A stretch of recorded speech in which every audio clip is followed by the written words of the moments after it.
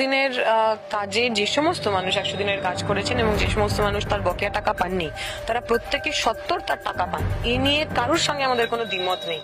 যে মানুষ, কারণ 100 দিনের কাজ তো এই আমরা যখন বামপন্থীরা UPA 1 করেছিলাম, 100 দিনের কাজ তো আমাদের করা।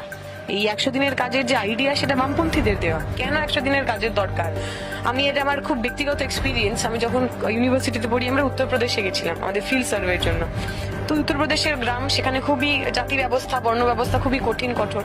আমরা গেছি একজন ক্ষত্রিয়, একজন রাজপুত ভদ্রলোকের বাড়ি। তিনি এরকম খাটিয়ার ওপর বসে রয়েছেন, আমরা অন্য একটা খাটিয়ায় তার সাথে কথা বলছি।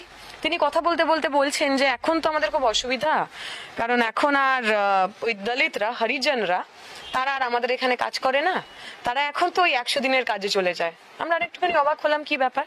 তো তিনি বলতে লাগলেন যে আমার দেশের যে সামন্তবাদী ব্যবস্থা, তাতে এই দলিত মানুষ, ল্যান্ডলেস মানুষ, যারা এগ্রিকালচারাল লেবারার হন, যে মানুষের জমির অধিকার থাকে না, যে মানুষ যাদেরকে শূদ্র বলা হয়, যাদেরকে শিডিউল কাস্ট বলা হয়, অনেক জায়গায় তারা আনটাচেবল, তারা এই সমস্ত রাজপুত, ঠাকুর বা জমিদারের জমিতে তারা বিভিন্ন সময় বেগার খাটতেন।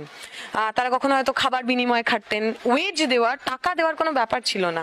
যখন 100 দিনের কাজ ইন্ট্রোডিউস হলো, সেই ভূমিহীন মানুষগুলোর কাছে প্রথমবার একটা অপরচুনিটি হলো, যখন তাকে কোনো ঠাকুরের কাছে, কোনো জমিদারের কাছে আর মাথা নোয়াতে হবে না। সে তার নিজের ঘাম, তার নিজের শ্রমের বিনিময়ে সে টাকা পাবে। তাই 100 দিনের কাজটা আমরা চেয়েছিলাম শুধুমাত্র গরিব মানুষের হাতে টাকা দেওয়ার জন্য নয়, গরিব, খেটে খাওয়া, পিছিয়ে পড়া সম্প্রদায়ের মানুষের ডিগনিটি, সেলফ ওর্থ, মাথা তুলে বাঁচার যে অধিকার, সেইটাকে ইনস্টিল করার জন্য। তাই 100 দিনের কাজে যে মানুষ কাজ করেছেন, সেই মানুষ তার টাকা পাবেন। 100 দিনের কাজে যে ধরনের বৈষম্য হয়েছে, যে ধরনের চুরি ডাকাতি হয়েছে, তার কোনোটা আমরা একেবারে তার সঙ্গে আমাদের কোনো দ্বিমত নেই। এই দাবিটাতে আমাদের কোনো দ্বিমত নেই। এমনকি আমরা তো বলছি, কেন্দ্রের সরকার 2014 পর থেকে বারবার 100 দিনে বাজে মনরেগা, তাতে যে বরাদ্দ টাকা ছিল, যে বাজেট ছিল, সেই বাজেট কমিয়ে এনেছে। তার বিরুদ্ধে যখন আমাদের পার্লামেন্টে আমাদের প্রতিনিধিরা ছিল, তারা কথা বলেছেন। রাজ্যসভায় আমরা বারবার এই নিয়ে প্রশ্ন করেছি। সুতরাং কেন্দ্রের সরকার যে গরিব, খেটে খাওয়া মানুষের বঞ্চনা করছেন, তা নিয়ে সেই প্রশ্নে আমাদের কোনো দ্বিমত নেই। কেন্দ্রের সরকার গরিব, খেটে খাওয়া মানুষের যে হক, যে দাবি, তা ছিনিয়ে নিচ্ছেন, তা নিয়ে আমাদের কোনো দ্বিমত নেই। কিন্তু আমাদের প্রশ্নটা, মমতা ব্যানার্জিরা বিগত বছরগুলোতে গ্রামে গঞ্জে, তুমি 100 দিনের কথা বললে, বিধবা ভাতার কথা বললে, ইন্দিরা আবাসন বা প্রধানমন্ত্রী আবাস যোজনার কথা বললে, আমরা যখন পঞ্চায়েত নির্বাচন বিভিন্ন জায়গায় বলতে গেছি, প্রচার করতে গেছি, সাধারণ মানুষ এসে আমাদের বলে গেছে যে আবাস যোজনায় যদি আমাকে ঘর পেতে হয়, আবাস যোজনায় ঘর পাওয়ার জন্য তৃণমূলের নেতার পকেটে আমাকে 8,000 টাকা ঘুষ দিতে হবে। 8,000 টাকা ঘুষ না দিলে আমি আবাস যোজনার ঘর পাবো না।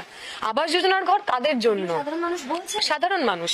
আমরা প্রচার করছি, একজন লোক এসে বলে গেলেন যে এই কথাটা তোমরা একটু বলো, তোমরা তো বিভিন্ন জায়গায় যাচ্ছ, আবাস যোজনায় যে ভয়ঙ্কর দুর্নীতি, সেই দুর্নীতি তোমরা বলো। আবাস যোজনা আবাস যোজনার ঘর তো সেই মানুষটা পাবে যে মানুষ ঘরহীন, গৃহহীন, যে মানুষ 8,000 টাকা কোন মানুষ ঘুষ দিতে পারবেন? এবং আমরা দেখেছি আমফানের সময়, আইলার সময়, যে মানুষের ছাদ উড়ে গেছে, যে মানুষের ঘর ভেঙে গেছে, সেই মানুষ টাকা পাননি। তৃণমূল নেতা যার দোতলা বাড়ি, তার অ্যাকাউন্টে টাকা চলে গেছে। সুতরাং দুর্নীতির প্রশ্নে তৃণমূল একেবারে সাধু পুরুষ, তৃণমূল একেবারে ধোয়া তুলসী পাতা, এই আমরা বিশ্বাস করি না। আমাদের দাবি ছিল, বারবারে দাবি আমরা করেছি, আপনারা শ্বেতপত্র প্রকাশ করুন।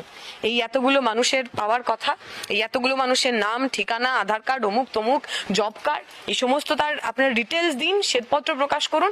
আপনাদের সঙ্গে আমরা রয়েছি। কেন্দ্র রাজ্যকে টাকা দেবে, এই প্রশ্নে আমাদের কোনো দ্বিমত নেই। আমার মনে আছে কোভিডের সময় পর্যন্ত, ইভেন তারপরে যখন জাতীয় বিপর্যয়ের কথা আমরা বললাম, আইলার সময়, আমফানের সময়, আমরা বলেছিলাম রাজ্যের সরকারের সঙ্গে আমরা রয়েছি, কারণ দাবিটা ন্যায্য।